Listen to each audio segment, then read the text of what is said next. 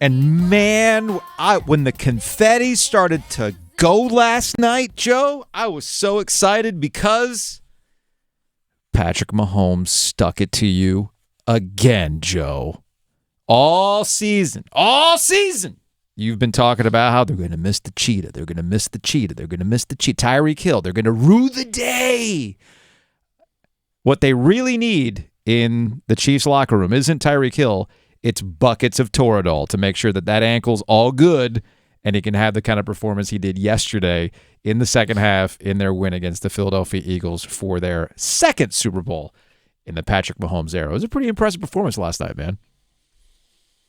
I tip my hat to the Kansas City Chiefs. Okay. I do. Okay. And while I understand why he was named the MVP of the game. Yeah. And while I understand there are people who want to have a conversation already about his place in NFL history, and those are all valid conversations, I just want to give Andy Reid his flowers.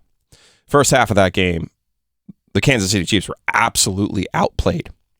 They were outmanned, outgunned. I'll go through the whole Hamilton soliloquy right here for you. Mm-hmm. The only reason they were even alive was not because of Patrick Mahomes, was not because of Andy Reid, but because of a defensive touchdown. Okay? Yeah.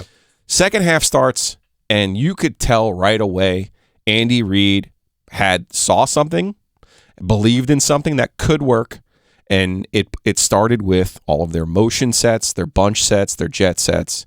And by the time they got into the red zone, this game was won by the Chiefs in the second half because of the red zone offense.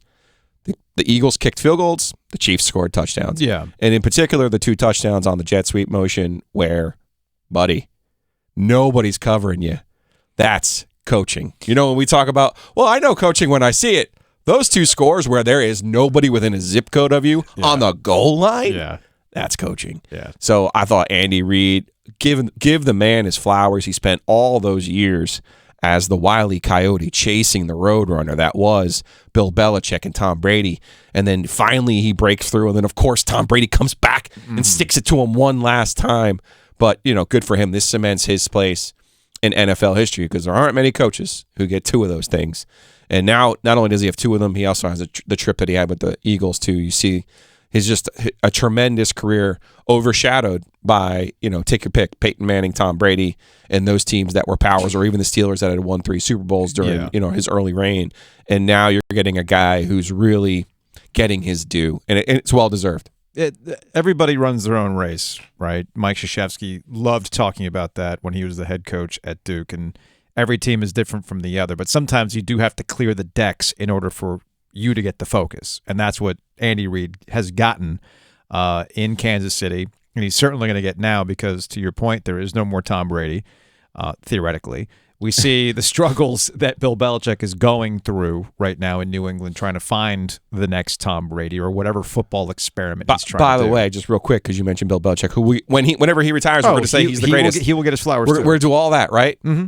Hey, remember that time when Bill Belichick went to the Super Bowl without a quarterback named Tom Brady? Oh, yeah. Hey, remember when Andy Reid did it 3 different times? He's done 4 different times now? Yeah. Oh, yeah. Well, that's weird. Yeah, it's impressive what he's been able to do. But you mentioned there's one thing you did not mention in the success of the Chiefs winning the Super Bowl last night. I know it's not sexy to talk about, but Kansas City's offensive line did a wonderful job keeping Patrick Mahomes clean, along with Patrick Mahomes doing Patrick Mahomes things, even on a bum ankle. Because my thought, and what I got wrong in this game, I got a couple of things wrong in this game. You know, remember that over I said, don't take the over-under, whatever the total was? Yeah, I told you. I know, you told me. I was like, nah, these 2 defenses, that's the story of the game to me. Here's an Eagles defense that's doing stuff we haven't seen since the 84-85 Bears in terms of sack rate and pressure and everything else. And there's one thing that Patrick Mahomes has not done a good enough job of compared to previous years, and that is his making you pay if you blitz him. His success against the blitz has seen a slight drop-off this season. None of that. Well, they didn't have enough time to send it, and that was a great scheme. That was a great scheme by Reid, and the offensive line. You're absolutely right. Congrats to Joe Thuney, Pac Pro with his 3rd Super Bowl ring now, maybe even 4th. Unbelievable performance by their offensive line, and not even pressured. To be perfectly honest with turnovers. You. I want to talk about the other side real quick because I thought Jalen Hurts balled out. Yeah, just one mistake. And we talked about how when you are that quarterback, let him run, let him do his thing. And Nick Sirianni deserves all high marks for that. The way that the Eagles started that game, all high marks for that. But while I'm doling out flowers to coaches, let me give some to Brandon Staley. Yes, that Brandon Staley. Yes, the Chargers coach, who everyone criticizes. Dude, people want him out because he has not taken the chosen one to the promised land. But Staley is about that life, and he's always about that life. I thought last night Nick Sirianni, and obviously this is hindsight. I said it in real time, but it's hindsight for me to come on the radio now and say it. 4th and 3 at their own 32. I understand that they're at their own 32. But the way that the Chiefs offense was absolutely cooking at that point, and you had no answer at all. You had no pressure on Mahomes at all. He went for it twice in the first half on 4th down. 4th and 3 in that situation, they're down by a point. I think in that situation, you are better off. And we could find whatever analytics you want to find. There were 10 minutes left when they punted. I'd rather give them the ball right there if I don't convert on 4th and 3, knowing that they're going to score in a more timely fashion than what had ended up happening to them, because they basically never got the ball back with a chance to win the football game. See, and keeping the ball away was crucial at the end. We can save the defensive holding call on Juju Smith-Schuster for the next segment, and officiating and everything that came out in the end. But the smartest play that occurred during that final sequence was not scoring with a minute left, okay? It's actually something that Greg Olsen on the broadcast, when he saw the sweep out, I forgot the running back who was... It was Pacheco. It was Isaiah Pacheco. So Pacheco,